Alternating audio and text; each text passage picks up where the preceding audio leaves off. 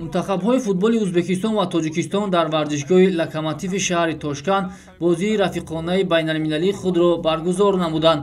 Дар ин дидор миллипӯшони тоҷик баҳри задани гол аз ибтидо талош карданд, аммо аввалин шуда меҳмонон ба мақсади худ ноил гардиданд.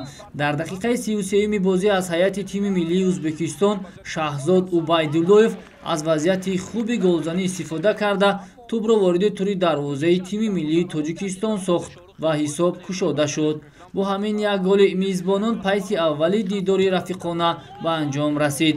Дар дақиқаҳои аввали қисмати дуюми бозӣ бошад ва футболбозони мунтахаби Тоҷикистон имкон даст дод ки голи ҷавобиро зада таносубро баробар созанд. муаллифи зарбаи ҳадафрас ҷониби дарвозаи соҳибони майдон Зоир Ҷурабоев гардид.